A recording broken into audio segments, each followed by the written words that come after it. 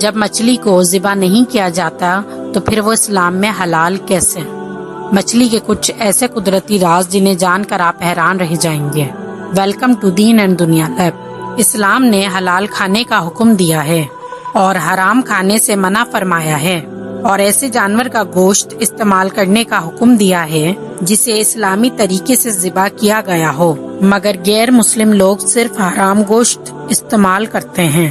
اور غیر مسلم لوگ اکثر مچھلی کی مثال پیش کرتے ہیں اور یہ سوال اٹھاتے ہیں کہ مچھلی تو تمہارے اسلام میں ذبح نہیں کی جاتی، تو پھر یہ کیسے حلال ہوئی؟ سائنسدانوں نے غیر مسلم کے اس سب سے بڑے سوال کا جواب دے دیا ہے اور ایسی حقیقت بیان کر دی ہے جسے جان کر بے اختیار آپ سبحان اللہ کہہ اٹھیں گے۔ اللہ پاک نے دنیا میں موجود ہر چیز بہترین انداز میں بنائی ہے، یہی معاملہ مچھلی کے ساتھ بھی ہے۔ مچھلی جیسے ہی پانی سے باہر آتی ہے تو اس کے جسم میں موجود تمام خون فوراً اپنا راستہ بدل لیتا ہے اور مچھلی کے منہ میں ایک جگہ پر جمع ہونا شروع ہو جاتا ہے۔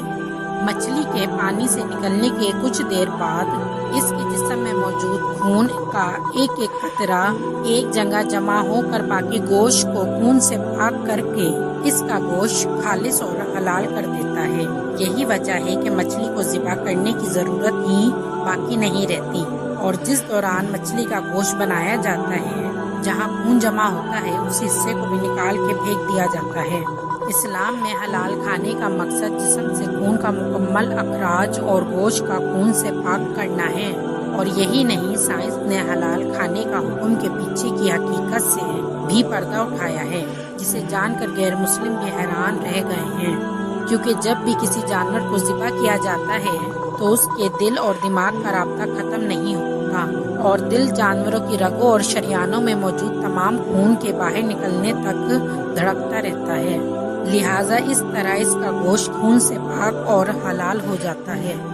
جبکہ دوسری جانب کسی جانور کو غیر اسلامی طریقے یعنی جھٹکے وغیرہ کے ذریعے ہلاک کیا جاتا ہے تو اس کا دل فوراً دھڑکنا بند کر دیتا ہے اور یوں جسم سے خون خارج نہیں ہو پاتا۔ اسی وجہ سے ایسے جانوروں کو کھانے سے منع کیا گیا ہے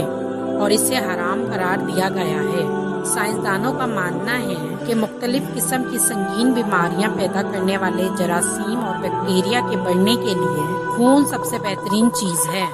لہٰذا جب کسی جانور کے جسم سے خون مکمل طور پر خارج نہیں ہوتا تو یہ گوشت کو ہی خراب کر دیتا ہے اور اس میں کسی نہ کسی طرح خون کے ذرات رہ جاتے ہیں،